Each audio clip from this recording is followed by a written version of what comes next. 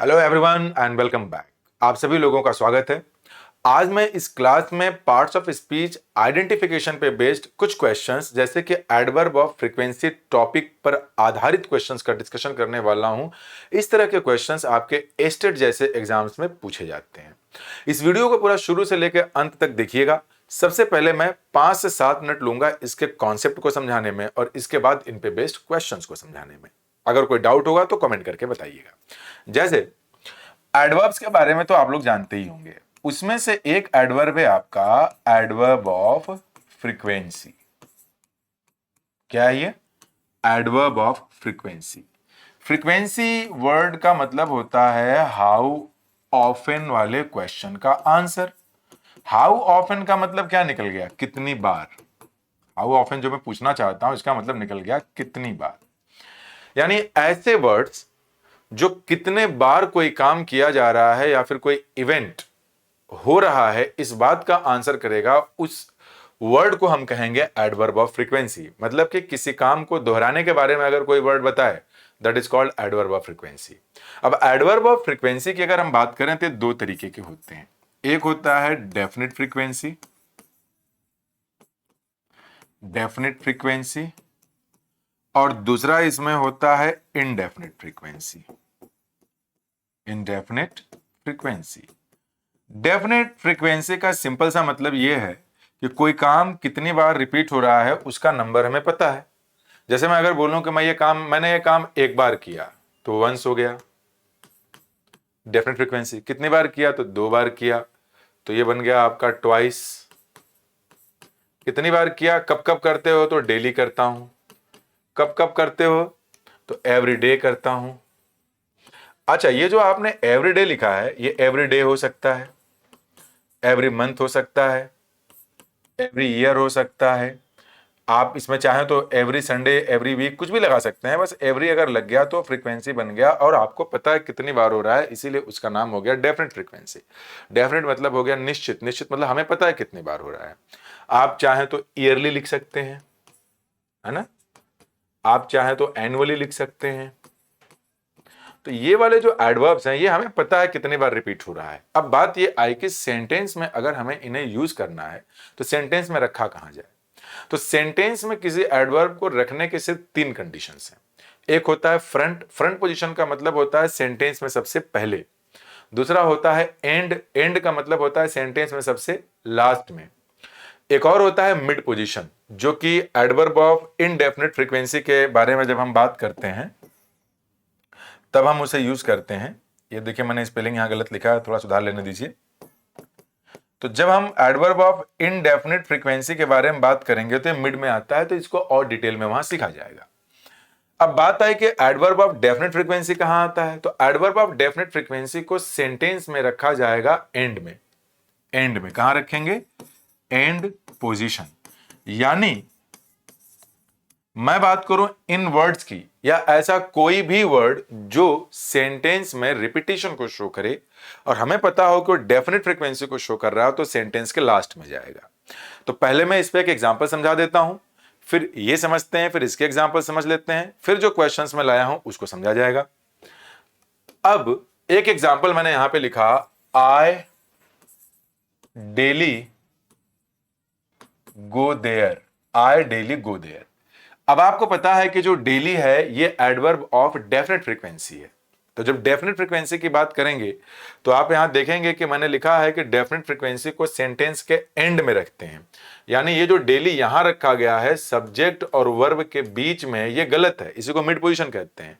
ये यहां न रख करके इसको आपको कहां रखना है? सेंटेंस के लास्ट में, डेली।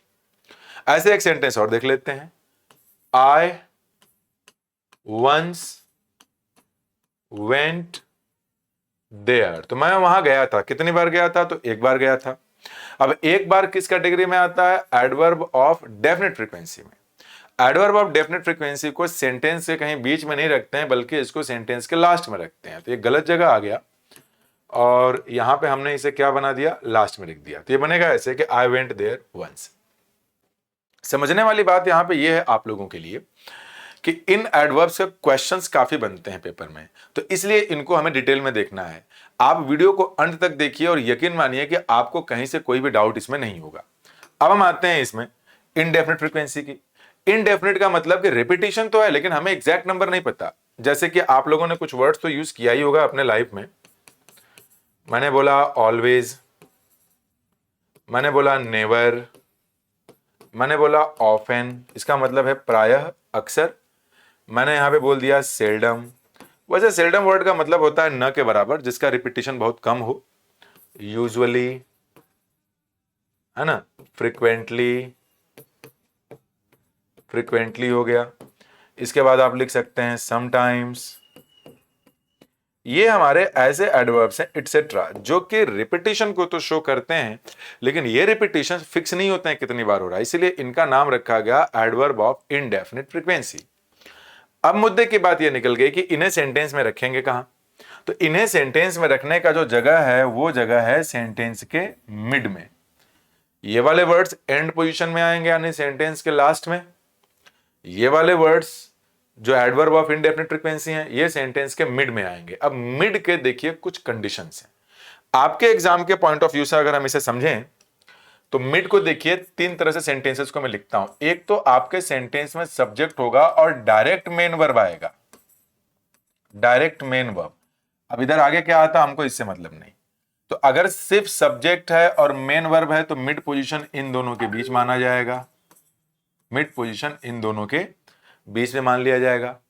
अब मुद्दे की बात यह है कि एक एग्जांपल समझ लिया जाए। मान लीजिए मैंने एक सेंटेंस लिखा है ऐसा ही, मैंने लिखा है कि आई गो देयर। ये हमारा एक सेंटेंस है। इस सेंटेंस में आप देखेंगे कि ये सब्जेक्ट है और ये एक वर्ब है, यही मेन वर्ब है, इसके साथ कोई दूसरा हेल्पिंग वर्ब नहीं आया। मुद्दा यह है कि अगर मुझे, थोड़ा पीछे आ जाता हूं मैं, ये जो इनडेफिनिट फ्रीक्वेंसी लिखा गया है always, never, often, seldom, usually, इनको अगर सेंटेंस में रखना हो तो जनरली इन्हें कहां रखा जाता है। हालांकि कुछ ऐसे भी इसमें एडवर्ब्स है जैसे कि यूजुअली है, फ्रीक्वेंटली है, समटाइम्स है, ऑफन है। ये सेंटेंस में फ्रंट, मिड, एंड हर एक जगह आ सकते हैं, लेकिन यूजुअली जो इनकी पोजीशन होती है वो होती है मिड में।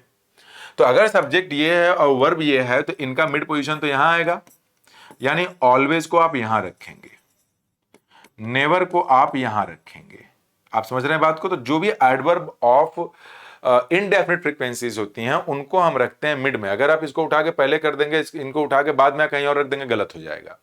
तो अगर सेंटेंस में सिर्फ एक ही सब्जेक्ट हो और एक ही वर्ब हो तो मिड पोजीशन बीच में माना जाता है। एक दूसरी कंडीशन भी इसमें होती है।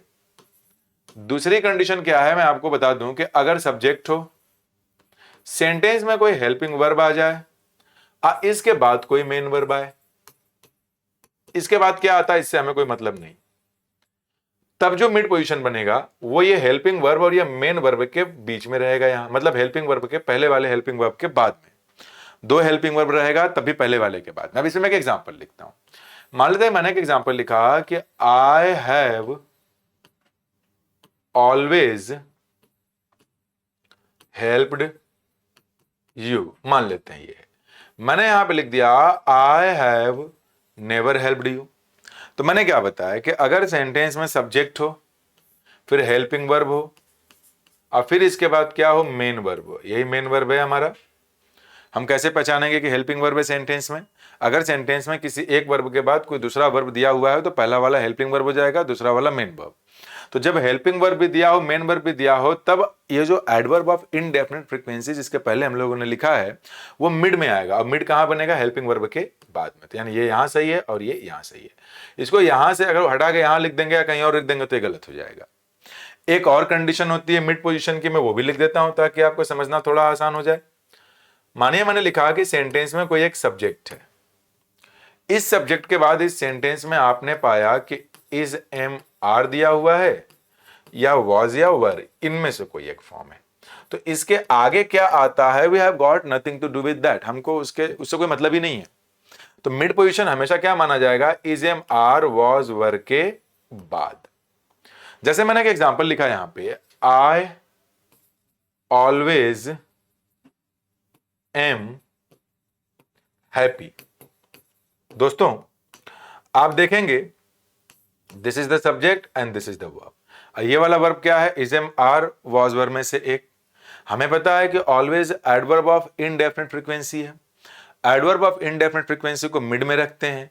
हमें पता है कि जब ऑलवेज को नेवर किया, जो एडवर्ब ऑफ इनडेफिनिट फ्रीक्वेंसीज हैं उनको अगर आप is am are was were वाले सेंटेंस में यूज करते हैं तो इनके बाद मिड माना जाता है, यानी ये गलत जगह रखा है। ये सेंटेंस ऐसे होना चाहिए था, आई एम ऑलवेज हैप्पी। तो ये रहा आपके एडवर्ब ऑफ फ्रीक्वेंसी का सेंटेंस में पोजीशन। डेफिनेट फ्रीक्वेंसी है तो रिपीट करता हूं एक बार मैं, एंड में। इनडेफिनेट फ्रीक्वेंसी है तो मिड में। मिड में तीन कंडीशंस बेसिकली यही होते हैं, बेसिकली बोल रहा हूं। सब्जेक्ट और मेन वर्ब, यानी एक ही वर्ब है तो मिड पोजीशन सब्जेक्ट के बाद। हेल्पिंग वर्ब के बाद मेन वर्ब दिया है तो हेल्पिंग वर्ब के बाद mid position. Is am are was verb दिया है तो अब ये हेल्पिंग वर्ब हो चाहे लिंकिंग वर्ब हो, जो भी हो, इनके ऐसे सेंटेंसेस में मिड पोजीशन को हम इनके बाद ही रखते हैं, is am are was verb के। क्लियर हो गया? अब आइए इन पे बेस्ड कुछ क्वेश्चंस को देखा जाए। जैसे एक एग्जांपल यहां दिया गया है कि identify the sentence in which the adverb of frequency is used correctly. It means, यहां पे देखिए इसका आंसर दे दिया है, मैंने पहले ही रख दिया है ताकि आपको समझा सकूं आसानी से, बाकी का आंसर नहीं है। और 10 एग्जांपल्स हैं। यहां पे 4 सेंटेंसेस दिए गए हैं। इन चारों सेंटेंसेस में आपको यह पहचानना है कि जो एडवर्ब ऑफ फ्रीक्वेंसी है किसमें उसको सही तरीके से यूज किया गया है। तो चलिए पढ़ते हैं। यहां दिया गया, he goes to the park always. Always एक एडवर्ब ऑफ इनडेफिनिट फ्रीक्वेंसी है। इनडेफिनिट फ्रीक्वेंसी जो होते हैं सेंटेंस में मिड पोजीशन में आते हैं। तो तीन कंडीशंस के तीन तरह के सिचुएशंस मैंने बताए सेंटेंस के। पहला कि जब सेंटेंस में सब्जेक्ट और मेन वर्ब दिया रहे तो मिड पोजीशन हम बीच में लगाते हैं, यानी ये ऑलवेज गलत जगह पे है, ये होना यहां चाहिए था। तो पूछा है सही यूज सेंटेंस, तो ये गलत है। He visits his grandparents every Sunday. Every Sunday adverb of definite frequency है। डेफिनेट फ्रीक्वेंसी को हम सेंटेंस के एंड में रखते हैं, तो ये एंड पे आया है तो ये सेंटेंस सही है। अब जरा इसको देख लेते हैं। रेयरली का मतलब सेल्डम होता है, न के बराबर। तो जो रेयरली है ये भी adverb of indefinite frequency. Adverb of indefinite frequency sentence के मिड में आता है। यहां पे आप देखिए कि सब्जेक्ट है और मेन वर्ब है, यानी पहला वाला कंडीशन, यानी ये गलत जगह है, ये होना यहां चाहिए था, तो ये भी गलत हो गया। We meet occasionally. ऑकेजनली मतलब कभी कभार, बहुत कम मिलना, ओकेजन जब पढ़े तब मिलना। तो ये भी एडवर्ब ऑफ इनडेफिनिट फ्रीक्वेंसी है। एडवर्ब ऑफ इनडेफिनिट फ्रीक्वेंसी हो गया तब तो मिड में जाएगा। अगर सब्जेक्ट और वर्ब ही सिर्फ दिया है तो मिड पोजीशन इन दोनों के बीच में, यानी ये भी गलत। तो इसका जो आंसर आएगा वो ऑप्शन नंबर बी। अब कुछ क्वेश्चंस आप लोगों के लिए है। आप करेंगे क्या, वीडियो को पहले पॉज करेंगे, मैं पूरा पढ़ा दे रहा हूं, पॉज करके आप खुद अपना आंसर चेक करेंगे, फिर मैच करेंगे कि सही है कि गलत है। अगर सीखना है तो इतना करना पड़ेगा। अब देखिए पूछा क्या है कि identify the adverb of frequency. वो भी कौन सा फ्रीक्वेंसी? Definite frequency. डेफिनेट का मतलब हमें पता है कितनी बार।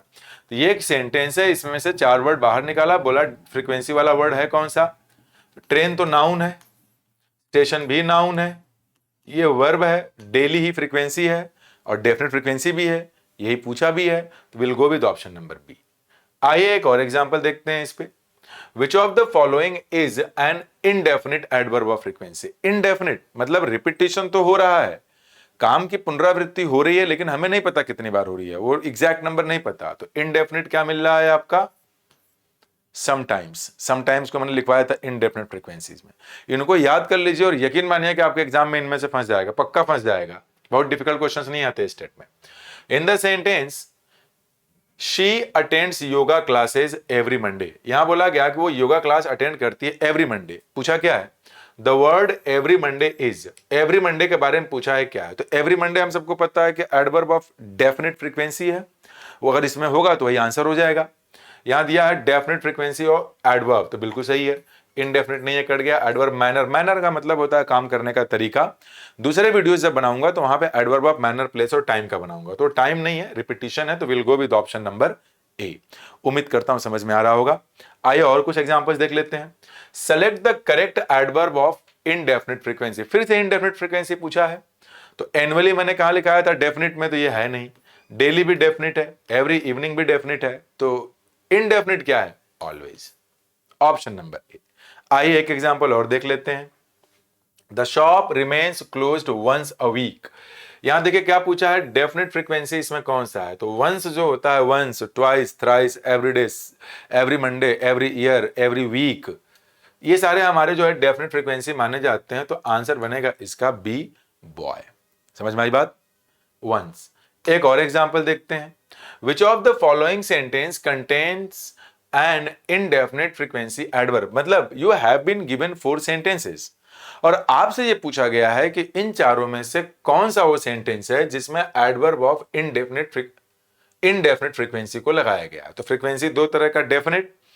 तो देखिए इसको अगर हम पढ़ें कि he goes to the library twice a week, तो ट्वाइस एडवर्ब ऑफ फ्रीक्वेंसी तो है लेकिन ये डेफिनेट है, तो अगर ये डेफिनेट है तो हमारा आंसर ये नहीं होगा।